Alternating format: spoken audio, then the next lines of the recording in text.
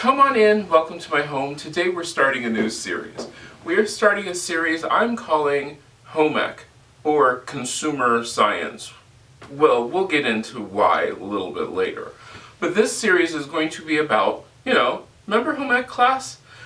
Not exactly that. Let me explain.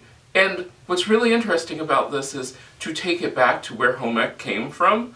That's going to explain why we're doing this series, but while I'm cleaning up things, I'll explain. The whole big thing about home economics is simple. Home economics was really all about sanitation. It was studied so that people would understand why children were getting sick in schools. Well, turns out that the sanitation was really bad in public schools, so that was a problem. It was also created so that people could understand what was in their stuff. Like, did you know that at one point people were using mahogany sawdust so that they could put it into cinnamon? It would extend the cinnamon, and they would sell it for a pound of cinnamon, where it might just be enough cinnamon in there to make it smell like cinnamon, but the rest of it was sawdust. It also gives you a chance to understand the infamous, why one item, which is only $1.99, the very same item by another maker is $5.99, and then the very same item by another maker is $15. Well, why?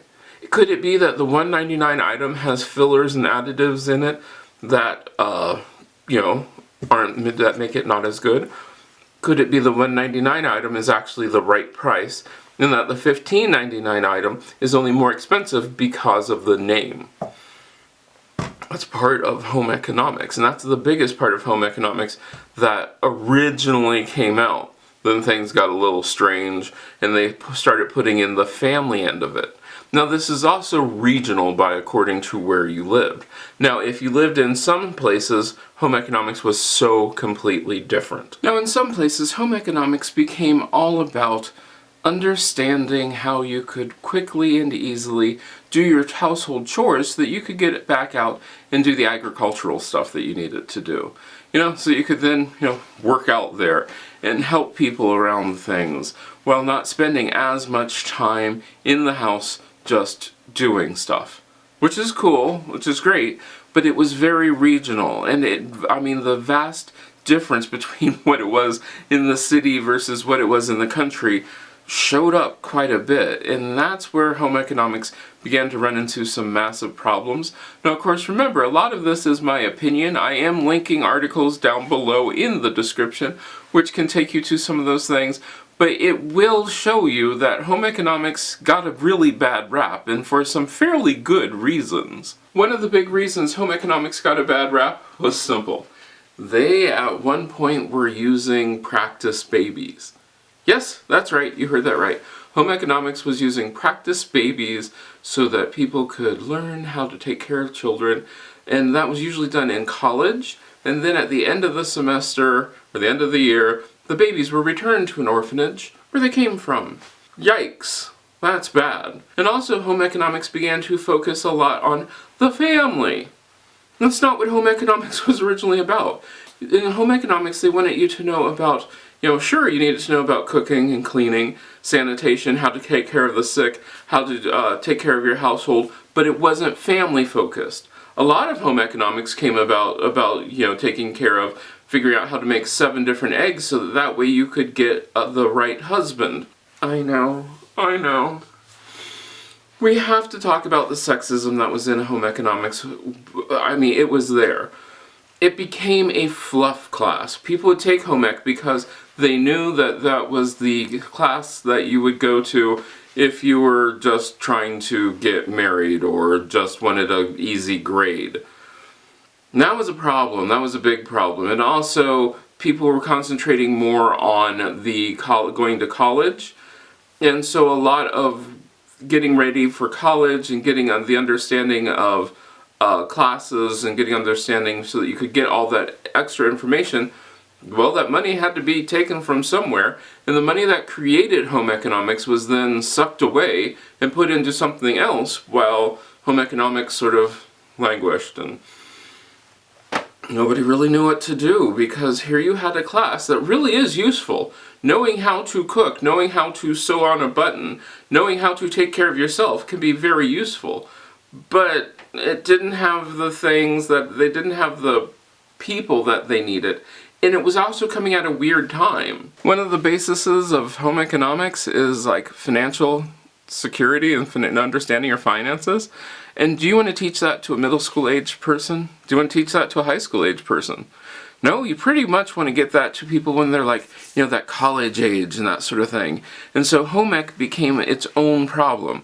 It started collapsing in on itself because of itself. The focus in on the family for home economics was an issue.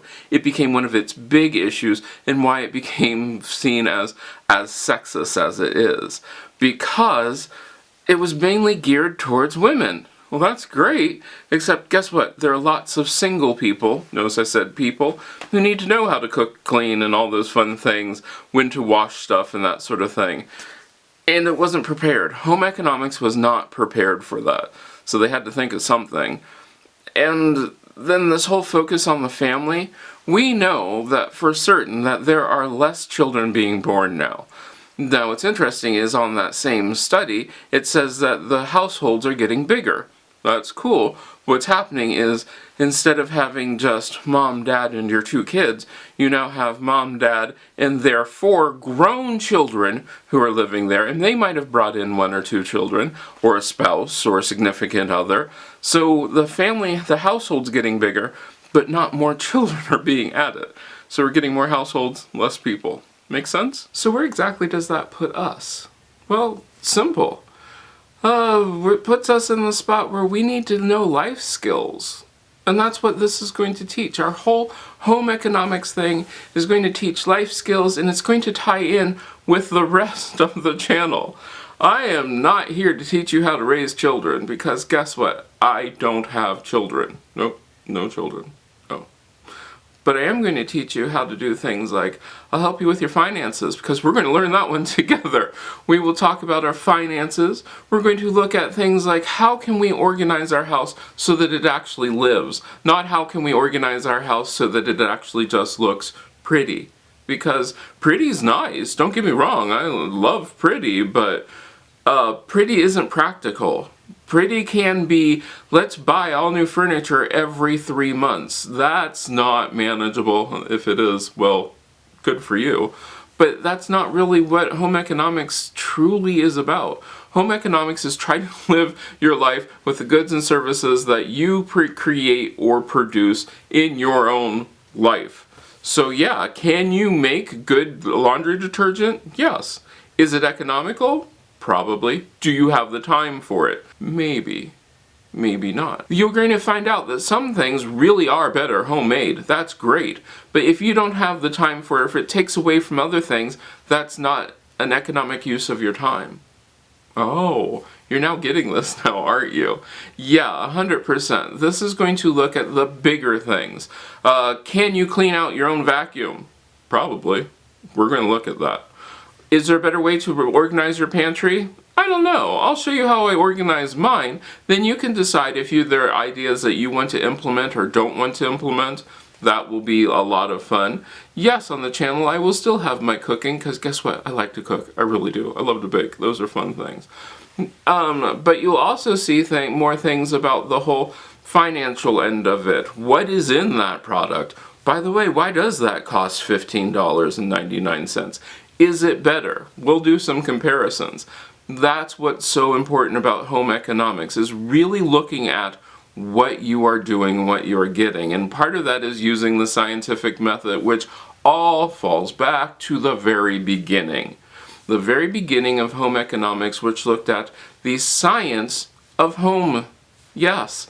Everything that's in your home, from the paint on your walls to the baking soda in your cabinet to the wallpaper that you might have had. Because did you know at one time wallpaper had arsenic in it? Yeah, some of it did. Green was, it's a whole nother story. If you want to hear about the whole green story, let me know. If there are things that you really want to know about home economics, let me know. But what we're going to be focusing on is things like, we're going to focus on how you can do things in your house yourself. We will also focus in on things that you might not want to do. Should you hire these things out? I know for a fact that I'm not the world's greatest electrician, so me doing electrical work might not be the best idea. Can I find a good electrician? Is there a good electrician? We're going to look at these things and help you with your life skills. Writing a check, to balancing a budget, to just going out there and comparing items to make sure that they are worthwhile. Yeah, that's going to be important. Well, let me know what you think about that, and I hope I get to see you the next time you stop by.